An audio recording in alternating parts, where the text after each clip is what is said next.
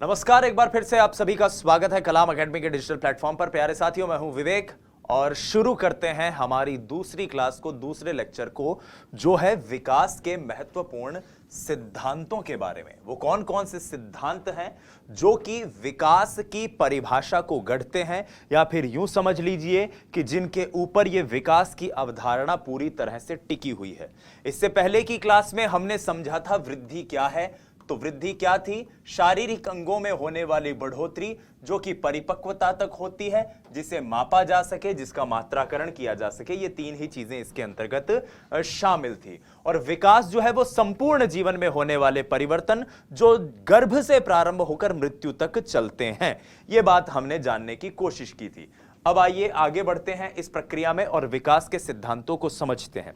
प्रिय विद्यार्थियों, वृद्धि और विकास की संकल्पना नाम का जो खंड आप पढ़ते हैं बाल विकास में, उसमें विकास के सिद्धांत से हमेशा प्रश्न पूछे जाते हैं। और 26 सितंबर को जो रीट आयोजित हुई थी, उस 26 सितंबर की रीट में जो लेवल 1 और लेवल 2 के अंदर जो क्वेश्चन आए थे पेपर्स में, वो विकास के सिद्धांतों से ही प्रश्न आए थे। तो ये वीडियो आपके लिए बहुत ज्यादा इंपॉर्टेंट है। आइए स्टार्टिंग करते हैं। लेकिन इससे पहले कि हम विकास के विभिन्न सिद्धांतों को समझें, आइए पहले विकास को लेकर जो महत्वपूर्ण मनोवैज्ञानिकों ने परिभाषाएं दी है, उनके ऊपर नजर डालने की कोशिश करते हैं। तो सबसे पहले हम बात करते हैं कुछ महत्वपूर्ण परिभाषाओं की। एलिजाबेथ हॉरलॉक, जो कि बाल विकास पर सबसे ज्यादा व्यापक अध्ययन के लिए जानी जाती हैं, उन्होंने बाल विकास को लेकर एक बात कही है कि विकास के फलस्वरूप व्यक्ति में नवीन विशेषताएं और नवीन योग्यताएं दृष्टिगत होती हैं, प्रकट होती हैं। तो नवीन विशेषता, नवीन योग्यता की बात कौन करती हैं?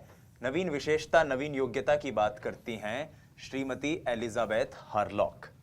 उसके बाद आर्नोल्ड गेसेल का कथन आता है। वो कहते हैं कि विकास अभिवृद्धि के संप्रत्यय की अपेक्षा अधिक व्यापक है। यानी वृद्धि एक बहुत छोटी सी बात है। आपको याद हो तो वृद्धि और विकास के अंतर में भी मैंने कहा था कि वृद्धि विकास का अंग है, लेकिन विकास एक बड़ा व्यापक संप्रत्यय होता है। विकास अभिवृद्धि के संप्रत्यय की अपेक्षा अधिक व्यापक है। इसका अवलोकन, मूल्यांकन और कुछ समय तक तीनों रूपों में, कौन कौन से रूप? शरीर रचनात्मक, शरीर क्रिया विज्ञानात्मक और व्यवहारात्मक में मापन किया जा सकता है। यानी कि रचनात्मक, क्रियात्मक और व्यवहारात्मक में कुछ पक्ष हैं विकास के जिनका मापन हो सकता है। व्यवहारात्मक संकेत ही विकास के सर्वाधिक व्यापक परिचायक होते हैं। और आपको याद हो तो पिछली वीडियो में भी हमने ये पढ़ा था कि विकास के अंतर्गत जो परिवर्तन प्रकट होते हैं, उन्हें कार्यात्मक सुधार के रूप में देखा जा सकता है। और वही बात यहां पर है कि व्यवहारात्मक संकेत ही विकास के सर्वाधिक व्यापक परिचायक होते हैं। ये परिभाषाएं आपको एज इट इज याद करनी है, अगर आएंगी तो सीधे सीधे आ सकती हैं। फिर हर्बर्ट सोरेनसन की परिभाषा देखते हैं। वो कहते हैं कि विकास का अभिप्राय परिपक्वता तथा कार्यपरक सुधार की उस प्रक्रिया से है जो संरचना के स्वरूप में हो रहे गुणात्मक तथा परिमाणात्मक परिवर्तनों के फलस्वरूप होती है। याद कीजिए, हमने पिछली वीडियो में पढ़ा था कि वृद्धि केवल मात्रात्मक या परिमाणात्मक होती है, लेकिन विकास गुणात्मक भी होता है, मात्रात्मक भी होता है। और यही बात यहां पर हो रही है, गुणात्मक तथा परिमाणात्मक। विकास अभिवृद्धि की अपेक्षा गुणात्मक परिवर्तनों का विशिष्ट द्योतक है। अभिवृद्धि वाली चीजें तो विकास में शामिल है ही, उसके अलावा गुणात्मक परिवर्तन भी हम विकास के अंदर देख लेते हैं। उसके बाद इरा गॉर्डन की एक परिभाषा है। इरा गॉर्डन कहते हैं कि व्यक्ति का विकास एक ऐसी प्रक्रिया है जिसका प्रारंभ जन्म के समय से हो जाता है और वह तब तक चलती रहती है जब तक व्यक्ति पूर्णता को प्राप्त नहीं कर लेता। अर्थात विकास आत्मबोध, पूर्ति, अधिकतम संगठन और एकीकरण की पूर्णता की प्रक्रिया है। अब यहां पर आपको एक कंफ्यूजन हो सकता है कि साहब, आपने तो पिछली वीडियो में बताया था कि विकास गर्भ से प्रारंभ होता है, और यहां पर आप कह रहे हो कि इरा गॉर्डन कह रहे हैं कि ये तो जन्म से प्रारंभ हो रहा है। तो फिर सही किसको माने? सही आपको गर्भ को ही मानना है।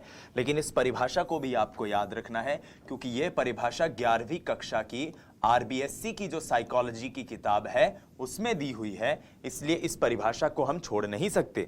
विकास निसंदेह गर्भ से प्रारंभ होता है, लेकिन अगर यह स्टेटमेंट ऐसा आ जाए और पूछे कि यह बात किसने कही, तो उत्तर इरा गॉर्डन हो जाएगा। आगे बढ़ते हैं और अगले कथन को जानते हैं, जो है फ्रैंक का। फ्रैंक कहते हैं अभिवृद्धि यानी कि ग्रोथ कोशीय गुणन, सेल्यूलर मल्टीप्लिकेशन है, यानी कि हमारी कोशिकाएं जो हैं वो कैसे बढ़ रही हैं, यह बात अभिवृद्धि से पता चलती है। और विकास उन अंगों का संगठन है जिसे अभिवृद्धि और विभिन्नता द्वारा निर्मित किया जाता है। विकास उन अंगों का संगठन है जिसे अभिवृद्धि और विभिन्नता द्वारा निर्मित किया जाता है, बनाया जाता है, तैयार किया जाता है। इसके बाद आगे भी कुछ हमें कथन देखने को मिलते हैं, जिनमें गैरिसन और अन्य का कथन बड़ा इंपॉर्टेंट है। गैरिसन कहते हैं कि जब बालक विकास की एक अवस्था से दूसरी अवस्था में प्रवेश करता है तो उसमें कुछ परिवर्तन देखने को मिलते हैं। और जाहिर सी बात है, हमने विकास को परिभाषित भी ऐसे ही किया है कि विकास संपूर्ण जीवन में होने वाले परिवर्तनों की उत्तरोत्तर श्रृंखला है। यह परिवर्तन कुछ निश्चित सिद्धांतों का अनुसरण करते हैं और इन्हीं को विकास का सिद्धांत कहते हैं। तो देखो, विकास के सिद्धांत किसको कहा जाता है, यह बात की परिभाषा भी, इस सिद्धांत किसको कहते हैं विकास का, इस बात की परिभाषा भी आई हुई है।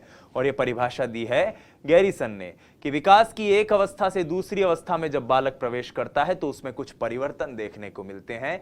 यह परिवर्तन कुछ निश्चित सिद्धांतों का अनुसरण करते हैं और इन्हीं को विकास के सिद्धांत कहा जाता है। विकास के सिद्धांत इन्हीं को कहा जाता है। ठीक है, अब देखिए आगे भी कुछ सिद्धांत के जुड़े हुए कथन हैं, इनको भी समझ लेते हैं।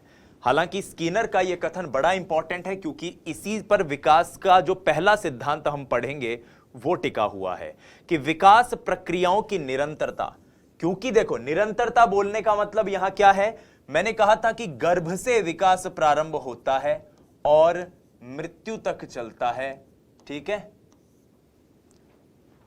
निरंतरता का सिद्धांत इस बात पर बल देता है कि व्यक्ति में कोई भी परिवर्तन आकस्मिक नहीं होता, अचानक से कोई परिवर्तन नहीं होता। ऐसे नहीं होता कि आज आप सो रहे हो तो आप 3 फुट के हो, सुबह उठोगे तो एकदम से 6 फुट हाइट हो जाएगी। धीरे धीरे धीरे धीरे ग्रेजुअली चीजें होती है। धीरे धीरे रे मना धीरे सब कुछ होए, माली सींचे सौगड़ा ऋतु आए फल होए। तो वही बात है, यहां पर कोई भी परिवर्तन आकस्मिक नहीं होता, अर्थात विकास एक सतत प्रक्रिया का द्योतक है और इसकी गति कभी तीव्र तो कभी मंद होती रहती है। इस कथन को मैं एक बार पुनः दोहराऊंगा आपके सामने, चिंता मत कीजिए। आगे बढ़ते हैं, डगलस व हॉलैंड का कथन देखते हैं।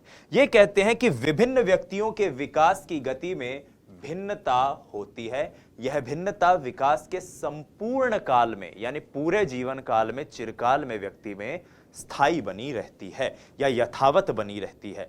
यथावत मतलब बनी रहती है। भिन्नता, भाई मैं आपसे भिन्न हूं, आप किसी और से भिन्न है, कोई किसी से भिन्न है, हर व्यक्ति एक दूसरे से अलग है और यही भिन्नता विकास में दृष्टिगत होती है।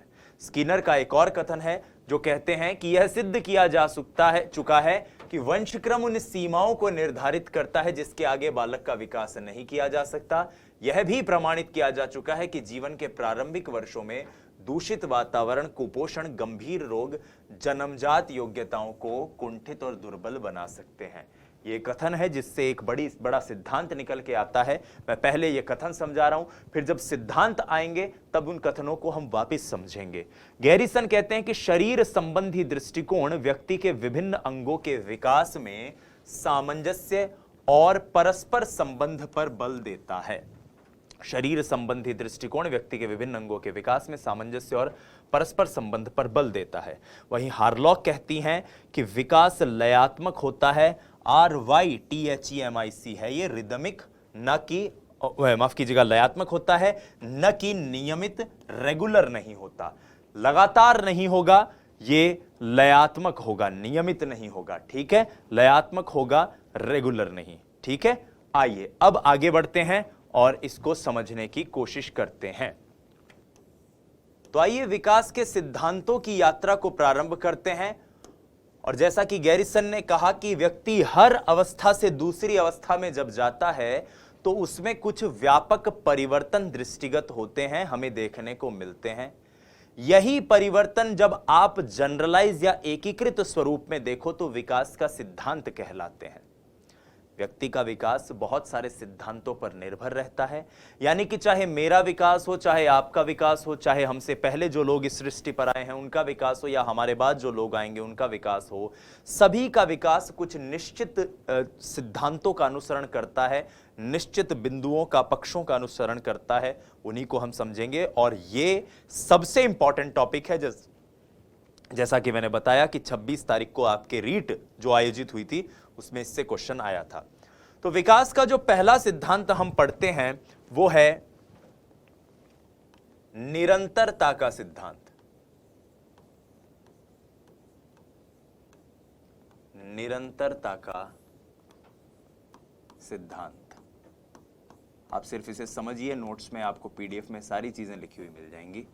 निरंतरता का सिद्धांत कहलाता है प्रिंसिपल ऑफ कंटिन्यूटी।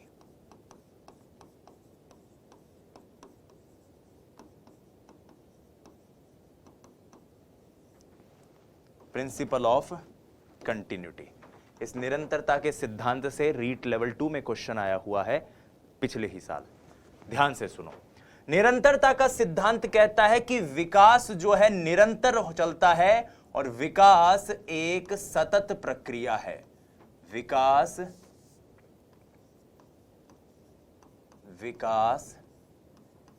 एक सतत प्रक्रिया है। सतत प्रक्रिया मतलब कंटिन्यूअस प्रोसेस, कभी रुकेगी नहीं, चलती रहेगी। ये चलती रहेगी, एक जैसी गति से नहीं चलेगी। इसीलिए हार्लॉक ने कहा था कि लयात्मक होता है, लगातार नहीं, नियमित नहीं। तो देखो, एक सतत प्रक्रिया है, इसकी गति कभी तीव्र, कभी मंद होती है। हम पढ़ते भी हैं कि शैशव अवस्था में विकास बहुत तीव्र होता है, और जब आप उसके आगे की अवस्था में जाते हो तो विकास की गति थोड़ी सी कमजोर पड़ जाती है। यहां पर आपको एक चीज और याद रखनी है, हार्लॉक का कथन क्या है कि रिदमिक है, RYTHEMIC, रेगुलर नहीं, नियमित नहीं। एक जैसा हमेशा नहीं होगा, लेकिन एक लय में होगा, कभी तेज कभी धीरे, कभी तेज कभी धीरे। शैशवावस्था में गति तेज होती है, बाल्यावस्था में कम हो जाती है, फिर किशोरावस्था में बढ़ जाती है। तो विकास चलता तो रहेगा, जीवन पर्यंत चलता रहेगा, लेकिन एक जैसी गति से नहीं चलता। इसलिए निरंतरता का सिद्धांत है, सतत सिद्धांत है, और गर्भ से होकर मृत्यु तक चलता है। स्किनर यही बात समझाते हुए कहते हैं कि निरंतरता का सिद्धांत इस बात पर बल देता है, अभी अभी हमने कथन पढ़ा है कि व्यक्ति में होने वाला कोई भी परिवर्तन अचानक नहीं होगा, आकस्मिक नहीं होगा। तो यहां पर एक स्किनर का कथन है, यह भी आपको याद रहना चाहिए। यह भी आपको याद रहना चाहिए। अब देखिए, जब आप ये पढ़ रहे हैं तो मेरा मन कर रहा है कि मैं आपको वो क्वेश्चन दिखाऊं जो क्वेश्चन आया हुआ है। ये 26 सितंबर का क्वेश्चन है, 26 सितंबर 2021 रीट में आया हुआ क्वेश्चन है, जो कहता है कि विकास कभी ना समाप्त होने वाली प्रक्रिया है। कभी ना समाप्त होना मतलब गर्भ से मृत्यु तक। तो यह बात किस सिद्धांत से पता चलती है? सीधा सा ऑप्शन था, निरंतरता के सिद्धांत से। देखो, इतने सरल प्रश्न आएंगे प्यारे विद्यार्थियों, और अपन को उन सारे क्वेश्चनों को हल करना है। कोई क्वेश्चन हो, कसोई क्वेश्चन हो, अपन सगड़ा क्वेश्चन को बढ़िया जवाब देना है। और इसीलिए आप साथ में जुड़े रहिए मेरे। अगले सिद्धांत पर चलते हैं। निरंतरता के सिद्धांत के बाद जो दूसरा सिद्धांत हम पढ़ते हैं वो है व्यक्तिगत भिन्नता का सिद्धांत। कौन सा सिद्धांत? व्यक्तिगत भिन्नता का सिद्धांत।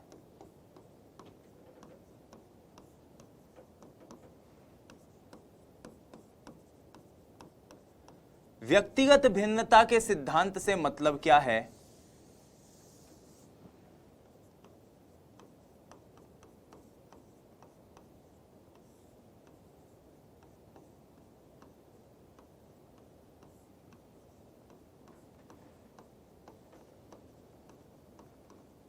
सिद्धांत इंडिविजुअल डिफरेंसेस।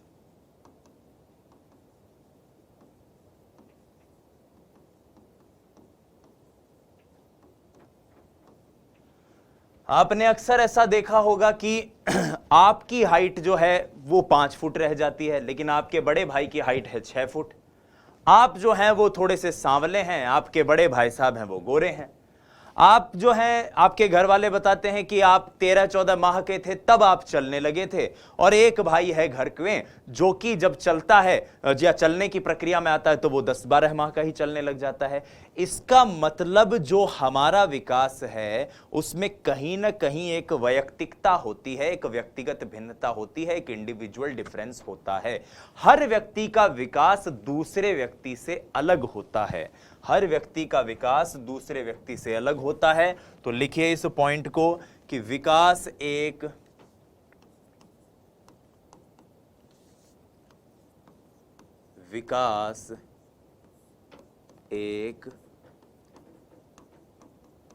व्यक्तिगत प्रक्रिया है। Development is an individual process. हर व्यक्ति का विकास दूसरे से अलग है। तीसरे सिद्धांत पर आते हैं। ये करीब 15-16 पॉइंट हैं जो अपने को याद रखने हैं, बस अपना काम बन जाएगा उससे। ठीक है, देखो व्यक्तिगत प्रक्रिया तो है, ये तो बात मान ली कि मेरा विकास आपसे अलग है, आपका विकास आपके परिवार के किसी अन्य व्यक्ति से अलग होगा। यहां तक कि एक समान माता पिता के जो संतान होती हैं उनके विकास में भी भिन्नता देखने को मिलती है। मगर इसके बावजूद जो पैटर्न फॉलो होता है विद्यार्थियों, वो तो हमेशा एक सा ही होता है। मतलब चाहे बच्चा भारत में जन्मे, चाहे पाकिस्तान में जन्मे, चाहे अंग्रेज का बच्चा हो, चाहे एशियन का बच्चा हो, मान लिया भिन्नता होगी, लेकिन उसके बावजूद भी वो चलने का प्रक्रिया तो उसकी वैसी होगी ना। वो सबसे पहले घुटनों के बल चलेगा, फिर किसी को चीज को पकड़ के खड़ा होगा, फिर चलने लगेगा, फिर दौड़ने लगेगा, फिर भागने लगेगा। बोलने की प्रक्रिया होगी तो पहले ऐसे करके बलबलाने की कोशिश करेगा, फिर बाइलिबल्स बोलने की कोशिश करेगा। सभी बच्चे एक जैसे अक्षरों वाले जिनमें युग्म होते हैं, जैसे पापा, बाबा, मम्मम, इस तरह के शब्दों का प्रोनाउंस करेंगे। तो इसका मतलब व्यक्तिगत भिन्नता होने के बावजूद एक ऐसा पैटर्न, एक ऐसा प्रतिमान होता है जो हर व्यक्ति के विकास में हमेशा एक जैसा रहता है। तो इस तीसरे पॉइंट को लिखिए कि विकास का सिद्धांत, विकास, इसका नाम है इस सिद्धांत का समान प्रतिमान का सिद्धांत। समान प्रतिमान का सिद्धांत, इसको हम कहते हैं यूनिफॉर्म पैटर्न। एक जैसा प्रतिमान होता है, सभी का विकास, सभी का विकास एक निश्चित प्रतिमान का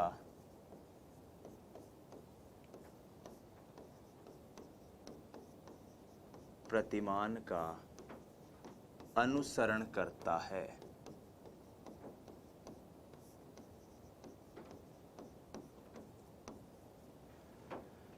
यहां पर हरलॉक मैडम एक बात कहती हैं कि एक जाति का विकास बिल्कुल एक तरीके से होगा।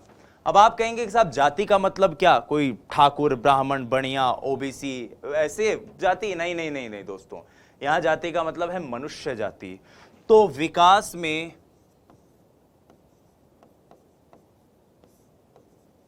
व्यक्तिगत भिन्नता,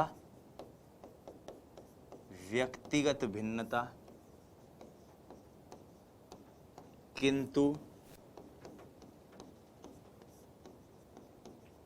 जातिगत समानता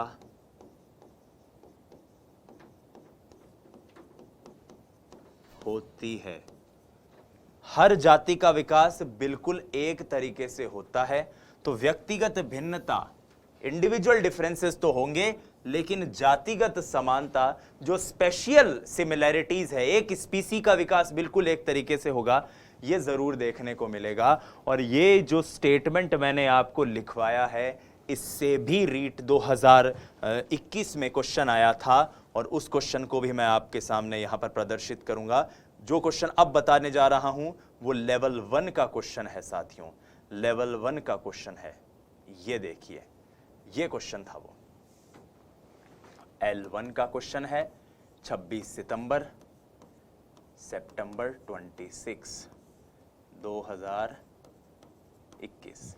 क्या क्वेश्चन है, ध्यान से सुनो।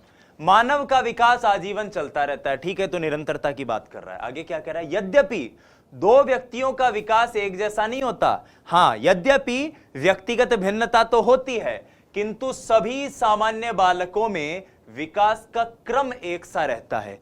क्रम मैं जो बोल रहा था, पहले घुटनों के बल चलना, फिर चीजों को पकड़ के खड़ा होना, फिर उनको पकड़ते हुए सरकना और उसके बाद चलना, तो यह एक तरह का क्रम है जो सब में एक जैसा रहता है। यह कथन विकास के किस सिद्धांत की ओर संकेत करता है, तो साहब यह विकास के समान प्रतिरूप या समान प्रतिमान, प्रतिमान मतलब पैटर्न, प्रतिरूप मतलब भी पैटर्न होता है, उस सिद्धांत का अनुसरण करता है। सरल सा क्वेश्चन है, बस हो गई बात। आगे बढ़िए, अगले स्टेटमेंट पर चलते हैं। अगला स्टेटमेंट अगले सिद्धांत पे समझते हैं। स्टेटमेंट का मतलब है अगले सिद्धांत को समझने की कोशिश करते हैं।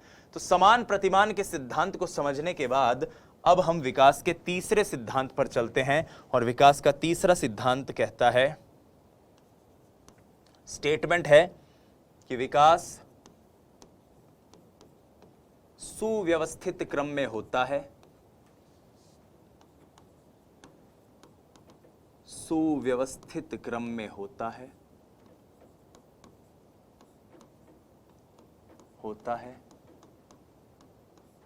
अर्थात व्यवस्थित श्रृंखला का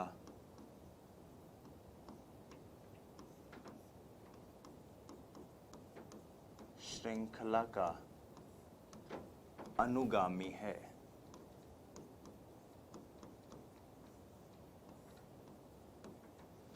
व्यवस्थित श्रृंखला का अनुगामी है, और इसका मतलब क्या है, ऑर्डरली एंड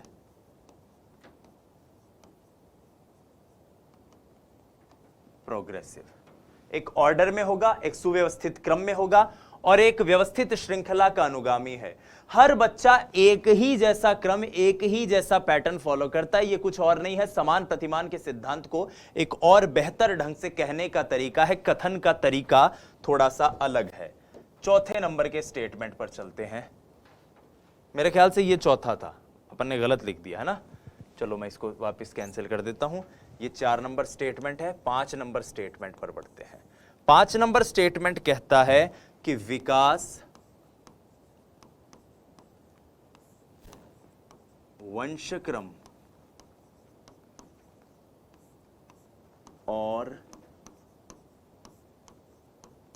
वातावरण की अंतःक्रिया का परिणाम है। अंतःक्रिया का परिणाम है। अंतःक्रिया मतलब इंटरैक्शन, किसके और किसके बीच में, हेरेडिटी एंड एनवायरनमेंट।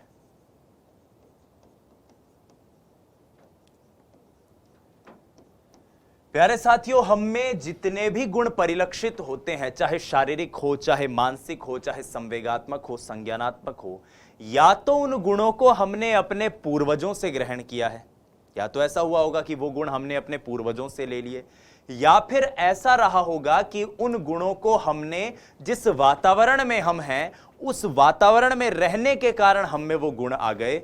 तो इसलिए जो विकास है उस पर वंशक्रम और वातावरण दोनों अपना असर डालते हैं। हालांकि वंशक्रम और वातावरण का असर कैसा होता है, इसकी पूरी जानकारी एक सेपरेट वीडियो में आपको मिलेगी। तो आप वंशक्रम वातावरण का गुणनफल है, ये दोनों एक दूसरे के पूरक हैं, अलग नहीं किए जा सकते, ये सारी चीजें आप उस सेपरेट वीडियो में देखिएगा। ठीक है, इस वीडियो में अपन इसकी बात नहीं करेंगे, इसमें सिर्फ इतनी सी बात को याद रखना है, वंशक्रम वातावरण की अंतःक्रिया का परिणाम है। वंशक्रम संभावनाओं को बताएगा और उन संभावनाओं के अंतर्गत जो कौशल आपको अर्जित करना है उसकी बात कौन करेगा? वातावरण। आइए 6th पॉइंट पर चलते हैं साथियों। छठा पॉइंट, अगला पॉइंट यह कहता है कि विकास के विभिन्न पक्ष, विकास के विभिन्न पक्ष एक दूसरे से अंतर संबंधित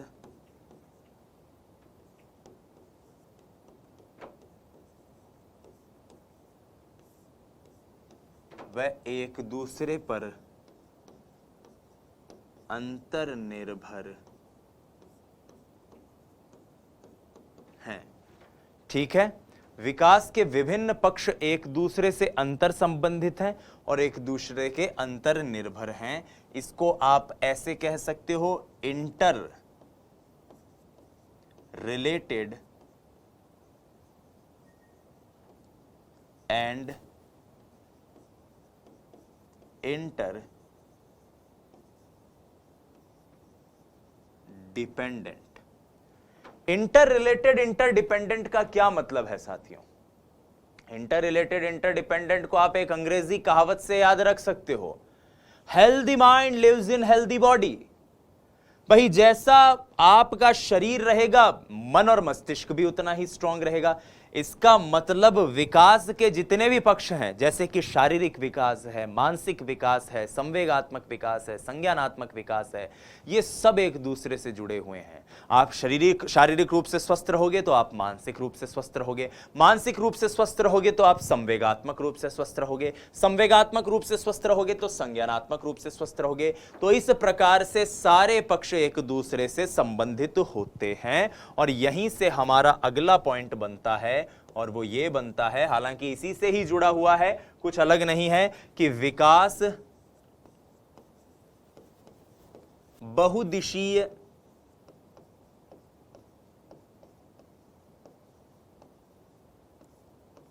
व बहुआयामी होता है। बहुआयामी होता है, बहुदिशीय वह बहुआयामी होता है।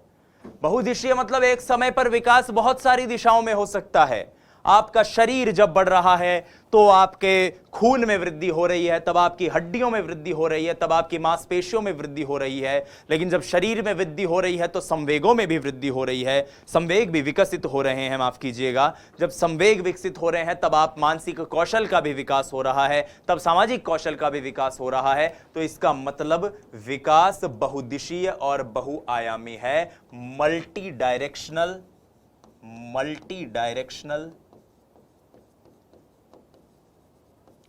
And multi dimensional.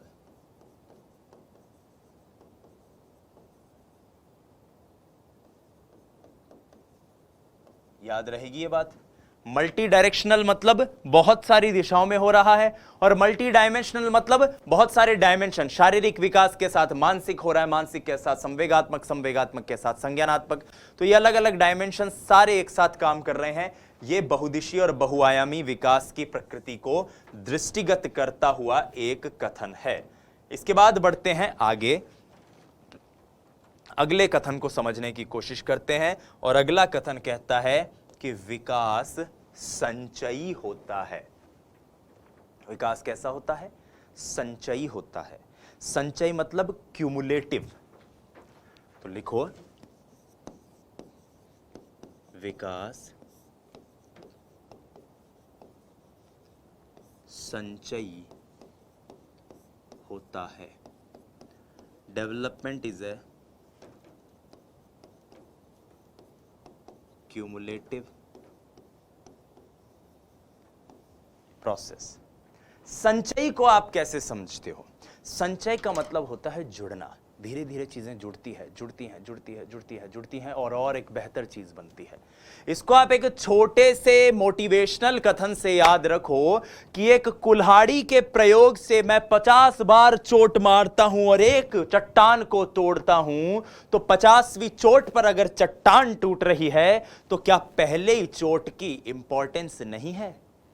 है ना? बिल्कुल है। पहली चोट अगर नहीं पड़ती तो क्या 50वीं चोट उस चट्टान को तोड़ पाती? विकास की संचयी प्रकृति यही कहती है कि बालक अपने जीवन के शुरुआत में जितने भी कार्य करता है, छोटा बच्चा यूं यूं ऐसे ऐसे पैर मारता रहता है, आपने देखा होगा, हाथ पांव ऐसे हिलाता है, ये प्रक्रिया अपने आप में एक आगे बढ़कर धीरे धीरे धीरे उसका योगदान, उसको मदद करती है, जुड़ती है, उसका फायदा पहुंचाती है। किस चीज में? कि कब वो व्यक्ति आगे चलकर, आगे जाकर क्या करेगा? चलेगा। तो ये सब छोटे छोटे गतिविधियां वो जो बच्चा कर रहा है, जिस दिन उसने जन्म लिया उस दिन से, या जिस दिन वो गर्भ में आया उस समय से जो भी छोटी छोटी गतिविधियां उसके द्वारा हो रही है, ये सब संचित रूप से होकर उसके विकास में सहायक होती है। ठीक है, ये पॉइंट क्लियर। अगले पॉइंट पर चलते हैं। अगला पॉइंट कहता है कि विकास, बड़ा इंपॉर्टेंट कथन है, विकास सामान्य से विशिष्ट होता है। सामान्य से विशिष्ट होता है।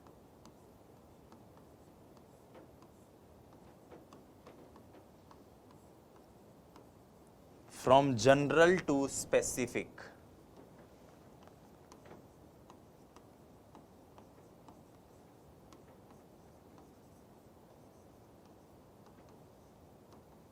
General to specific. शुरुआत में बालक के द्वारा की जाने वाली सभी गतिविधियां सामान्य होती हैं। उसको भूख लगेगी तो भी वाई वाई रो रहा है, उसको प्यास लगेगी तब भी वाई वाई रो रहा है, उसको पेट में दर्द हो रहा है तब भी वो रो रहा है। यानी हर कार्य को वो सामान्य रूप से एक ही गतिविधि के द्वारा करता है, लेकिन धीरे धीरे रोने की प्रक्रिया में भी सुधार हो रहा है। अब वो रोना अलग सीख जाता है, सुबकना अलग सीख जाता है, आंसू आ रहे हैं लेकिन रो नहीं रहा है, ऐसी चीज अलग सीख जाता है। तो ये क्या है? ये बताता है कि विकास शुरुआत में विकास के प्रक्रिया में व्यक्ति की सभी अनुक्रियाएं सामान्य होंगी, एक जैसी होंगी, लेकिन धीरे धीरे उसमें विशिष्टता आने लग जाती है। इस सामान्य से विशिष्ट के सिद्धांत को मैं एक और उदाहरण से समझाऊंगा।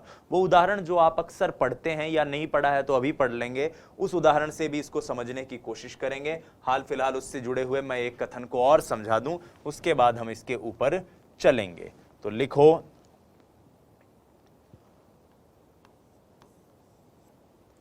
विकास एकीकृत स्वरूप में होता है। स्वरूप में होता है। एकीकृत स्वरूप का मतलब एक इंटीग्रल प्रोसेस है विकास।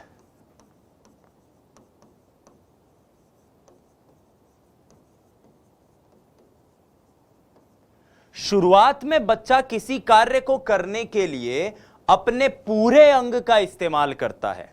शुरुआत में बच्चा एक कार्य को करने के लिए अपने पूरे अंग का इस्तेमाल करता है, फिर धीरे धीरे वो अंग के प्रत्यंग का इस्तेमाल करके काम करता है। पहले उसको लगता है ये पूरे हाथ से अपन इस कार्य को कर लें, ठीक है। फिर उसको लगता है कि नहीं, इसको करने के लिए तो मैं केवल अपने कोहनी का इस्तेमाल से ही कर सकता हूं। एक समय बाद जब उसको कलाइयों का प्रयोग आ जाता है, उंगलियों का प्रयोग आ जाता है, और तत्पश्चात पहले पूरे अंग को, फिर अंग के प्रत्यंग को, और बाद में समग्र रूप से पूरे अंग का इस्तेमाल करने वो बच्चा लग जाता है। और यही विकास का एकीकृत स्वरूप है। मुझे एक प्रश्न का जवाब दीजिए कि जब मैं इस बात को कह रहा हूं कि एक बच्चा पहले एक पेंसिल उठाने के लिए पूरे अंग का इस्तेमाल करेगा, फिर धीरे धीरे उसका अपने अंगों के प्रत्यंगों पर कंट्रोल आ गया, वो इस पेंसिल को ऐसे भी उठा सकता है, ऐसे भी उठा सकता है, इस तरह से भी उठा सकता है, इन दोनों के उंगलियों के प्रयोग से भी उठा सकता है, तो क्या इसको मैं एकीकृत स्वरूप या एकीकरण का उदाहरण कहूंगा?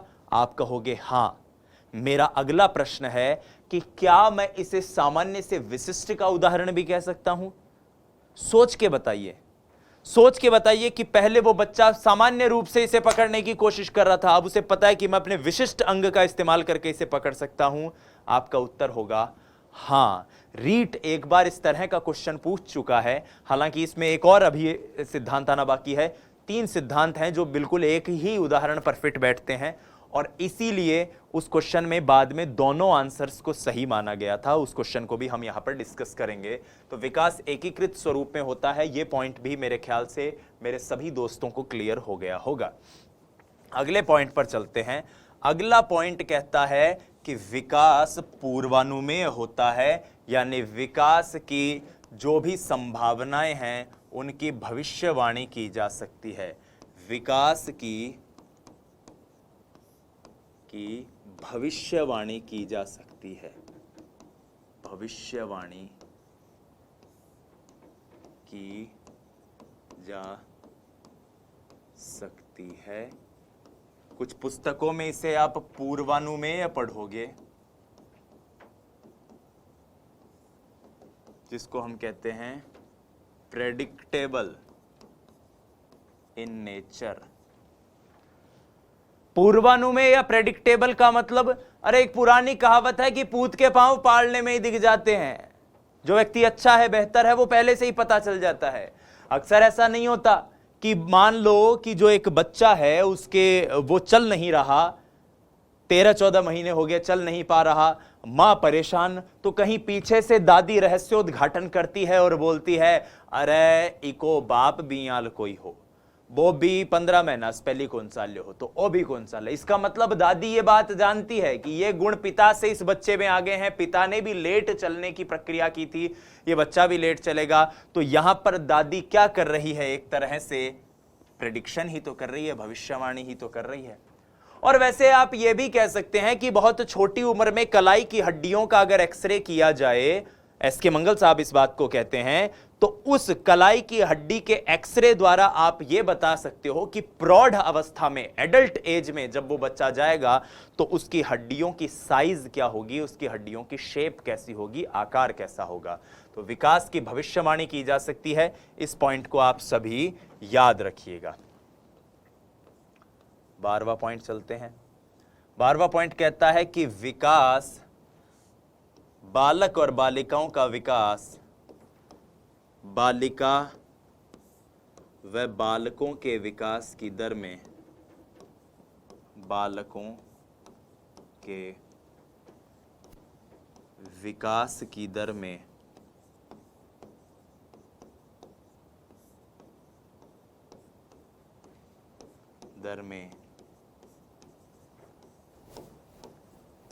भिन्नता होती है। जाहिर सी बात है भाई, बालक और बालिकाएं जिनकी शारीरिक संरचना अलग है, संवेगात्मक रूप से दोनों अलग अलग बिहेव करती हैं, नैतिक रूप से, संज्ञानात्मक रूप से दोनों अलग अलग बिहेव करती हैं, तो जाहिर सी बात है उनके विकास की दर में, रेट ऑफ डेवलपमेंट जो होगा वो भी अलग अलग ही होगा। अब यहां पर मैं एक प्रश्न आप लोगों से करूं, एक प्रश्न कर रहा हूं, ध्यान से सुनना, और मैं चाहूंगा कि आप इसका सही जवाब दो और कमेंट में जरूर बताना। नए साथियों, हमें बहुत आगे तक जाना है। आपके सारे कमेंट्स मैं पर्सनली विजिट करूंगा और मैं कोशिश करूंगा जहां तक संभव हो मैं उनका जवाब दे पाऊं। ये बालक और बालिकाओं के विकास की दर में भिन्नता होती है, इस बात को हम अब तक जो 11 पॉइंट पढ़ चुके हैं उनमें से किसके जरिए ज्यादा बेहतर समझ सकते हैं? अब तक जो 11 आपने पॉइंट पढ़े हैं, चाहो तो वीडियो को पीछे लेके चेक कर लो पॉज करके, कि ज्यादा तो 11 पॉइंट पढ़े उनमें से कौन सा पॉइंट ऐसा है जो थोड़ा नजदीक है इस बात को बताने के कि बालक व बालिकाओं के विकास की दर में भिन्नता होती है? नहीं समझ में आया? अरे जब भिन्नता की बात ही कर रहे हैं साथियों, तो हमने एक वर्ड पढ़ा है ना, व्यक्तिगत भिन्नता का सिद्धांत। हर व्यक्ति का विकास दूसरे से अलग है, तो बालक और बालिकाओं का भी विकास एक दूसरे से अलग होगा। बस इतनी सी बात है, क्यों ज्यादा सोचना अपने को। ठीक है, अगले स्टेटमेंट पर आओ। अगला स्टेटमेंट है 13, वो कहता है कि विकास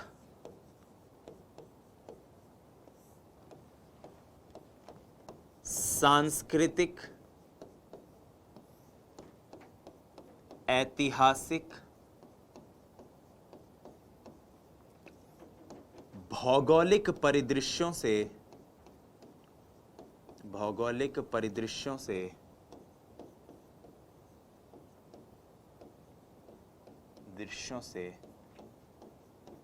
प्रभावित होता है।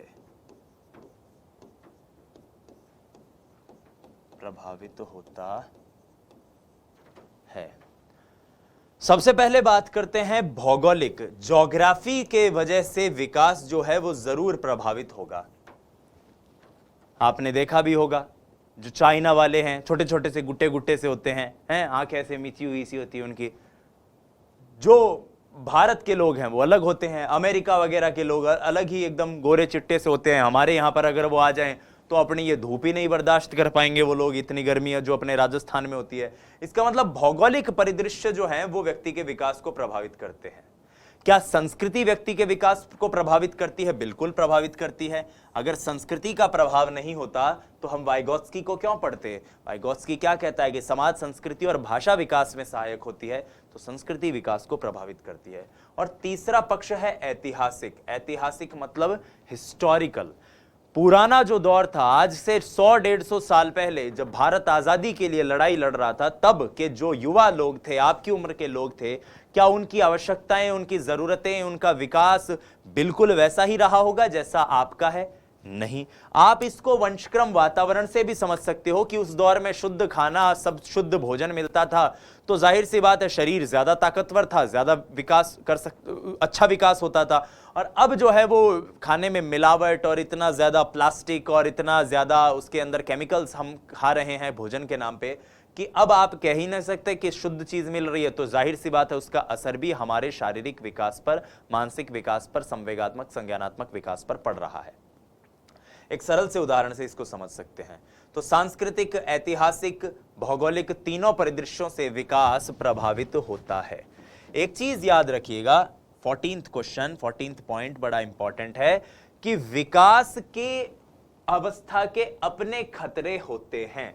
विकास की प्रत्येक अवस्था के, और ये क्वेश्चन आया भी हुआ है रीट में, विकास की प्रत्येक अवस्था के, विकास की प्रत्येक अवस्था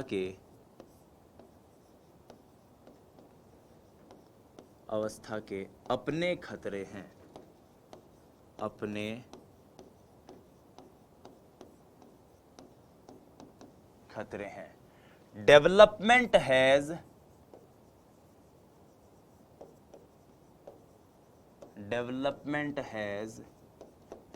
इट्स ओन हजार्ड्स। विकास के प्रत्येक अवस्था के अपने खतरे हैं। Development has its own hazards. हर अवस्था के अपने खतरे हैं। अब खतरे का मतलब क्या है? हर अवस्था की अपनी विशेषता होती है साथियों, इसको सरल भाषा में समझते हैं। हर अवस्था की अपनी विशेषता होती है, लेकिन अगर वो विशेषता उसके बाद की अवस्था में भी बनी रहे तो क्या उस वक्त उसको विशेषता कहोगे? विशेषता नहीं साहब, वो खतरा बन जाएगी। फिर एक सरल से उदाहरण से समझते हैं कि एक बच्चा बोलने की प्रक्रिया की शुरुआत में शैशवावस्था में तुतला कर बोलता है, दा दा दा दा दा करके बोल रहा है।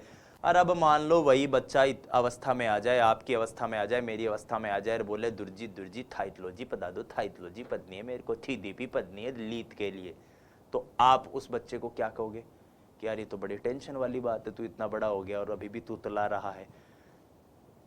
ये तुतलाहट उस अवस्था की एक विशेषता थी जब वो बोलना शुरू कर रहा था, बलबला रहा था, ताकि वाचिक विकास हो उसका, जो भाषाई विकास हो, माफ कीजिएगा, उसका। लेकिन उस अवस्था से जैसे ही अगली अवस्था में या अगले दौर में वो आया, वो विशेषता अगले सभी दौरों के लिए क्या बन गई? एक खतरा बन गई। और इस तरह से आप समझ सकते हैं कि प्रत्येक अवस्था के अपने खतरे होते हैं। ठीक है, अगले स्टेटमेंट पर चलते हैं। अगला स्टेटमेंट क्या कहता है? कितने कुछ स्टेटमेंट हो गए साथियों? 14। स्टेटमेंट नंबर 15, विकास लंबवत न होकर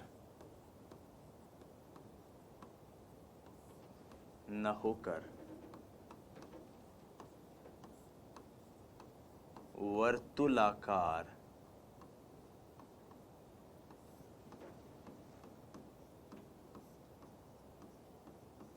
होता है। It is spiral in nature. कैसा है विकास? स्पाइरल होता है। स्पाइरल का मतलब है, देखो,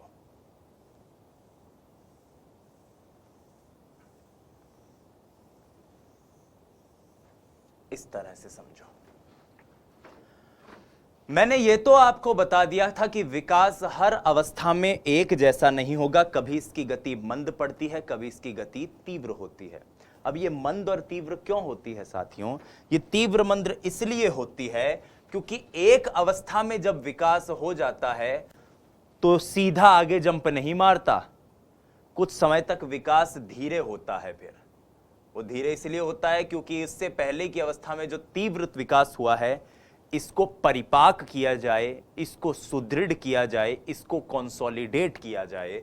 तो जैसे ही वो परिपाक होता है, सुदृढ़ होता है, कंसोलिडेट होता है, उसकी अगली अवस्था में फिर विकास तेजी से होता है। जैसे शैशव अवस्था में विकास 2 साल तक तीव्र गति से होगा, फिर अगली बाल्यावस्था जब आएगी तो विकास धीरे होने लग जाएगा, ताकि जो शैशव अवस्था में तीव्र गति से विकास हुआ है इसको थोड़ा सा सुदृढ़ता मिले, परिपाक हो, ये कंसोलिडेट हो, और फिर अगली जो अवस्था आएगी किशोर अवस्था, उसमें विकास पुनः तीव्र गति से होने लग जाएगा। ठीक है, तो इस प्रकार से यात्राएं आगे चलती हैं। क्लियर है आपको चीजें? ठीक है, विकास लंबवत न होकर वर्तुलाकार होता है। मेरे ख्याल से आपको ये पॉइंट सबको अच्छे से क्लियर हो गया होगा। अंतिम पॉइंट पर चलते हैं। माफ कीजिएगा, अंतिम नहीं, अभी तो कई हैं, 2-3 पॉइंट और हैं। विकास में परिपक्वता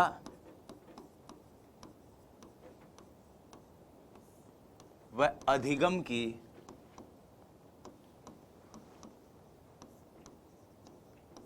भूमिका होती है। अधिगम की भूमिका होती है। मैच्योरेशन और लर्निंग, मैच्योरेशन और लर्निंग।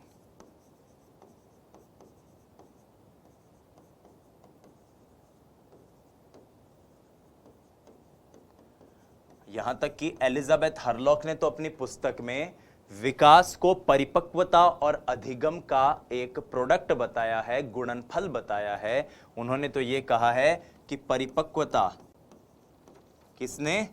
एलिजाबेथ हरलॉक ने, गुणा अधिगम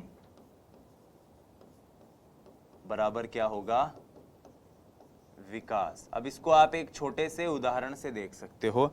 मैं एक छोटी सी कहानी आपको सुना दूं, उससे आपको चीजें क्लियर हो जाएंगी। एक परिवार में 2 बच्चे थे, 2 भाई थे, एक रामू था, एक शामू था, और रामू और शामू दोनों ही जो हैं जुड़वा भाई थे। जुड़वा भाई थे यानी कि यह कहानी आपको परिपक्वता, अधिगम और विकास तीनों के बीच के अंतर को समझाने के लिए बता रहा हूं मैं। क्या थे? जुड़वा भाई थे। अब ये जुड़वा भाइयों को इनके पिता का मन किया कि मैं स्विमिंग सिखा के ने लेके जाऊं। पिताजी जब स्विमिंग सिखाने के लिए गए कोच के पास, तो कोच ने मना कर दिया कि साहब अभी तो इन बच्चों की उम्र ही क्या हुई है, अभी ये परिपक्व नहीं हुए हैं, अभी इन बच्चों को स्विमिंग नहीं सिखाई जा सकती, इनके पांव जमीन तक नहीं अड़ेंगे जब ये पूल में जाएंगे। तो पापा ने कहा ठीक है। इसका मतलब वो बच्चे सीख नहीं पाए। इसमें किस चीज का योगदान था? परिपक्वता का। ठीक है, और लर्निंग भी अपने आप में एक विकास है। हरलॉक का कथन है, learning is a development bye effort and exercise. व्यक्ति के खुद के प्रयास और व्यक्ति के परिश्रम द्वारा, अभ्यास द्वारा किया जाने वाला विकास ही अधिगम कहलाता है। ठीक है, अब देखो, मान लो 2 साल बाद वो गए, 2 साल बाद पिताजी ने उनको स्विमिंग सिखाने के लिए भेज दिया। तो एक ने तो कहा कि मैं स्विमिंग सीख लूंगा, एक ने मना कर दिया 2 साल बाद, बोला मैं तो ना सीखूं, मैं तो सेकंड ग्रेड की करूंगा, रीट की तैयारी करूंगा, आरएस की तैयारी करूंगा, मन कौन सीखने स्विमिंग। चला गया। अब मुझे ये बताओ कि जब बच्चे 20 साल के हो जाएंगे, एक भाई जुड़वा भाई है, एक स्विमिंग सीख रहा है, एक नहीं सीख रहा है, तो दोनों का शारीरिक विकास क्या बिल्कुल एक जैसा होगा? नहीं। उसका शारीरिक विकास अच्छा होगा दूसरे के मुकाबले जो स्विमिंग सीख रहा है। क्यों? क्योंकि उसके विकास में उसकी स्विमिंग ने, उसके अधिगम ने रोल प्ले किया है। और इस कथन के द्वारा आप इस कॉन्सेप्ट को समझ सकते हो। ठीक है, एक कथन और देख लीजिए, 17वां कथन, जो कहता है कि आरंभिक बुनियाद विकास की प्रक्रिया में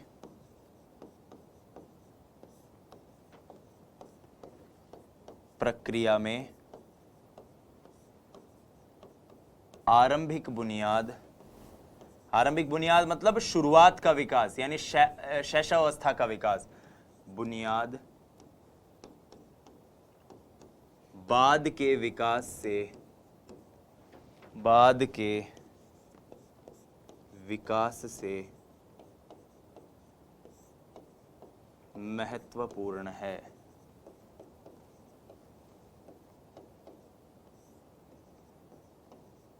महत्वपूर्ण है।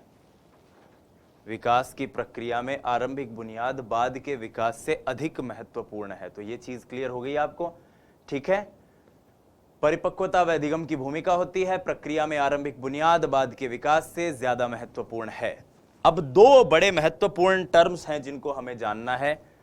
एक तो होती है सीफेलोकॉडल, CEPHALOCAUDAL।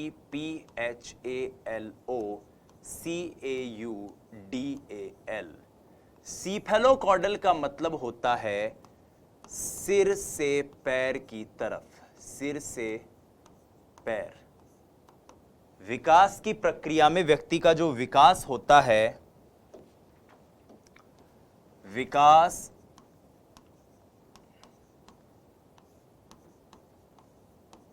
सिर से पैर की ओर बढ़ता है।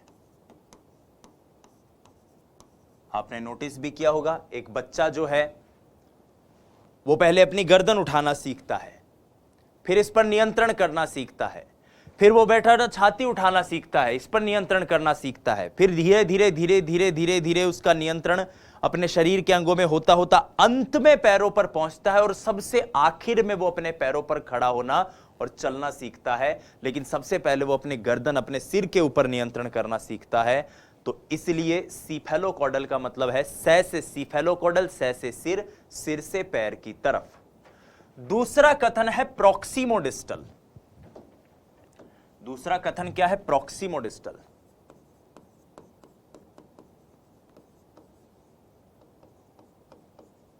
डिस्टल,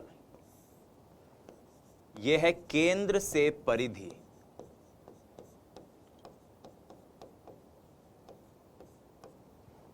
केंद्र से परिधि का क्या मतलब है कि जो केंद्र के अंग हैं, central nervous system, central spinal system के जो अंग है, जैसे रीढ़ की हड्डी, इसका विकास सबसे पहले होगा। एक बच्चा लेटा रहता है, लेटते ही सबसे पहले नहीं बैठता, सबसे पहले वो अपने पसवाड़ा लेना, करवट लेना, पलटना उलटना अपने आप को सीखता है। तो यहां पर हम क्या कहेंगे? केंद्र के अंग परिधि के अंगों से, परिधि के अंगों से पहले विकसित होते हैं, पहले विकसित होते हैं। अभी देखिए, आपको एक स्क्रीन पर मैं एक फोटोग्राफ दिखाता हूं सीफेलोकॉडल और प्रॉक्सिमोडिस्टल को समझाने के लिए। ये देखिए साथियों, यहां पर दो फोटोग्राफ्स आपको दिख रही है, एक है ए, एक है बी। पहली तस्वीर में आप एक लाल लाइन को आते हुए देख पा रहे होंगे। ये लाल लाइन जो सिर से शुरू होकर और सीधे कहां तक आ रही है? लंबवत, एक तरह से सीधी आ रही है सिर से पैर की तरफ, जो बताती है पहले ऊपर के अंग विकसित होते हैं और बाद में नीचे के अंग विकसित होते हैं। और इस प्रकार से आपका विकास चलता है सीफेलोकॉडल। दूसरी तस्वीर है प्रॉक्सिमोडिस्टल, जो बताती है पहले अंग विकसित होते हैं केंद्र के, और केंद्र के अंग जब विकसित होते हैं उसके बाद बाहरी अंगों का नंबर आता है, बाहरी अंग उसके बाद विकसित होते हैं। तो ये कंधा, फिर हाथ, भुजाएं, फिर कोहनी, फिर जो आपकी आर्मपिट है, फिर कलाई और अंत में उंगलियां। ठीक इसी प्रकार से, इसी तरह से नीचे, और ऐसे व्यक्ति का विकास केंद्र से परिधि की ओर होता है। तो ये सीफेलोकॉडल और प्रॉक्सिमोडिस्टल की बात कौन करते हैं? ये करते हैं साइकोलॉजिस्ट, चाइल्ड डेवलपमेंट की जब बात समझाते हैं तब। तो ये पॉइंट आपको याद रखना है। यहां पर विकास के तमाम सिद्धांत समाप्त होते हैं और इसके बाद हम हमारे प्रश्नोत्तर की श्रृंखला को बढ़ाते हैं। जो प्रीवियस ईयर्स में क्वेश्चन कुछ पूछे गए हैं उनको डिस्कस करते हैं। ये तो एक रीट का 2021 का क्वेश्चन मैंने डिस्कस कर ही लिया था आपसे। आइए अब आगे बढ़ते हैं अगले प्रश्न पर। अगला प्रश्न बहुत इंपॉर्टेंट प्रश्न है, ध्यान से सुनना। शुरुआत में एक बच्चा अपनी पूरी हथेली का उपयोग करके वस्तु को पकड़ता है। धीरे धीरे वृद्धि और विकास के रूप में बच्चा उंगली और अंगूठे का उपयोग करके वस्तु को उठाने का प्रयास करता है। यह कौन सा विकास है? तो देखो, इसको हमने एकीकरण में भी पढ़ा था, इसको हमने सामान्य से विशिष्ट में भी पढ़ा था। लेकिन मैं आपसे कहूं कि भाई प्रॉक्सिमो डिस्टल भी तो कुछ ऐसी ही बात करता है। जब मैं कह रहा हूं केंद्र से आगे के परिधि के अंग विकसित होंगे, इसका मतलब पहले ये कोहनी विकसित होगी, फिर भुजाएं विकसित होंगी, माफ कीजिएगा, पहले कंधा, फिर भुजाएं, फिर कोहनी, फिर हाथ, फिर कलाई और फिर उंगलियां, हथेली। ठीक है, तो इसका मतलब इस प्रश्न का उत्तर व्यापक से विशिष्ट, जनरल टू स्पेसिफिक भी हो सकता है। इसका प्रॉक्सिमो डिस्टल ये भी हो सकता है। देखिएगा, ये उदाहरण इन तीनों पर उपयुक्त बैठता है विद्यार्थियों, तीनों पर उपयुक्त बैठता है। ठीक है, और इसीलिए इस प्रश्न का उत्तर जब बोर्ड ने ये प्रश्न आया था तो बी और सी दोनों सही माने थे, बी और सी दोनों सही माने थे। ये क्वेश्चन फिर 26 सितंबर की रीट का ही है जो हमने अभी डिस्कस किया। ठीक है, आइए आगे बढ़ते हैं अगले स्टेटमेंट पे। अगला स्टेटमेंट है, निम्न में से कौन सा कथन विकास के बारे में सही नहीं है? यानी विकास के सिद्धांतों के संदर्भ में असत्य कथन जानना है। पहला, विकास अंतःक्रिया का फल है। बिल्कुल साहब, विकास तो अंतःक्रिया का फल है। हार्लॉक तो कहती हैं कि अधिगम और परिपक्वता, और कुछ मनोवैज्ञानिक इसको वंशक्रम और वातावरण की अंतःक्रिया मानते हैं। तो ये तो बिल्कुल सही कथन है। फिर क्या है? एक व्यवस्थित श्रृंखला का अनुगामी है, हमने ये भी पढ़ा है। विकास एक व्यक्तिगत प्रक्रिया है, व्यक्तिगत मतलब इसमें व्यक्तिकता होती है, व्यक्तिगत भिन्नता होती है, बिल्कुल ये बात सही है। विकास विशिष्ट से सामान्य की ओर होता है, विकास विशिष्ट से सामान्य नहीं, सामान्य से विशिष्ट होता है, सामान्य से विशिष्ट, general to specific, GS, general से स्पेसिफिक होता है। ठीक है, आओ इसके बाद बढ़ते हैं आगे अगले क्वेश्चन पे। निम्न में से कौन सा कथन विकास के संदर्भ में सही नहीं है? विकास प्रतिमानों की कुछ निश्चित विशेषताओं की भविष्यवाणी की जा सकती है, बिल्कुल। विकास का उद्देश्य वंशानुगत संभाव्य क्षमताओं का विकास करना है, बिल्कुल। संभाव्य क्षमताएं जो हमारी है वंशक्रम के द्वारा दी गई, उन्हीं का ही तो विकास करना विकास है। ठीक है, विकास के विभिन्न क्षेत्रों में खतरे नहीं होते ना, अभी पढ़ा है हमने, विकास के विभिन्न क्षेत्रों में खतरे होते हैं, ये हमारा आंसर है। और प्रारंभिक विकास बाद के विकास से अधिक महत्वपूर्ण है, बिल्कुल ये कथन भी हमने पढ़ा है। तो आंसर क्या हो गया इसका? Option C. अगले कथन पर चलते हैं। विकास प्रक्रियाओं की निरंतरता का सिद्धांत केवल इस तथ्य पर बल देता है कि व्यक्ति में कोई भी परिवर्तन आकस्मिक नहीं होता। ये कथन किसका है? तो देखो, कोई परिवर्तन आकस्मिक नहीं होता, निरंतरता का सिद्धांत, ये कथन दिया हुआ है स्किनर का। हमने कथनों वाले स्टेटमेंट में ये पढ़ा भी था, इसलिए हमारे इस क्वेश्चन का आंसर हो जाता है स्किनर। इसके बाद ये एक क्वेश्चन जो एनसीईआरटी से है, देखिए, वे परिवर्तन जो एक निर्धारित क्रम का अनुसरण करते हैं तथा प्रधानतः उस आनुवांशिक रूपरेखा ब्लूप्रिंट से सुनिश्चित होते हैं जो हमारी समृद्धि और विकास में समानता उत्पन्न करते हैं। ये एनसीईआरटी में लिखा हुआ स्टेटमेंट है, एनसीईआरटी में दी हुई परिभाषा है, और ये परिभाषा एनसीईआरटी ने दी है परिपक्वता यानी कि मैच्योरेशन की। मैच्योरेशन की जो परिभाषा एनसीईआरटी ने दी है वो परिभाषा यही है। क्या है परिभाषा? कि वे परिवर्तन जो एक निर्धारित क्रम का अनुसरण करते हैं तथा प्रधानतः उस आनुवांशिक रूपरेखा से सुनिश्चित होते हैं जो हमारी समृद्धि और विकास में समानता उत्पन्न करते हैं। हमारे अंदर कुछ ब्लूप्रिंट है, कुछ आनुवांशिक योग्यताएं हैं जो समय आने पर दृष्टिगत होंगी, और यही क्या है? यही परिपक्वता है। तो डियर स्टूडेंट्स, आज के इस वीडियो में हमने जिन चीजों को डिस्कस किया, एक बार कथन आप सारे याद रख ही लेंगे, एक बार हम तुरंत बहुत शॉर्ट स्पीड में विकास के सिद्धांत डिस्कस कर लेते हैं। सबसे पहले निरंतरता का सिद्धांत, जो कहता है सतत होगा विकास, गर्भ से लेकर मृत्यु तक। व्यक्तिगत भिन्नता, सबका विकास अलग होगा लेकिन उसके बावजूद समान प्रतिमान यानी सबके विकास में एक निश्चित पैटर्न होगा। सुव्यवस्थित क्रम का अनुगामी है, व्यवस्थित श्रृंखला का अनुगामी है। वंशक्रम वातावरण की अंतःक्रिया का परिणाम है। विभिन्न पक्ष एक दूसरे से अंतर संबंधित, अंतर निर्भर है, इसलिए बहुदिशीय बहुआयामी है। संचय भी होता है, सामान्य से विशिष्ट होता है, एकीकृत स्वरूप में होता है। भविष्यवाणी की जा सकती है। बालक बालिकाओं का विकास अलग होगा, सांस्कृतिक ऐतिहासिक भौगोलिक परिदृश्यों से प्रभावित होगा। प्रत्येक अवस्था के अपने खतरे हैं। लंबवत न होकर वर्तुलाकार होता है। परिपक्वता और अधिगम की इसमें भूमिका होती है और आरंभिक बुनियाद बाद के बुनियाद से महत्वपूर्ण है। सीफेलोकॉडल और प्रॉक्सिमोडिस्टल को हमने देखा था। सीफेलोकॉडल सिर से पांव तक, प्रॉक्सिमोडिस्टल केंद्र से लेकर बाहरी अंगों तक। बहुत बहुत धन्यवाद। जय हिंद, वंदे मातरम। स्वस्थ रहिए, मस्त रहिए, अपनी तैयारी में व्यस्त रहिए। नमस्कार।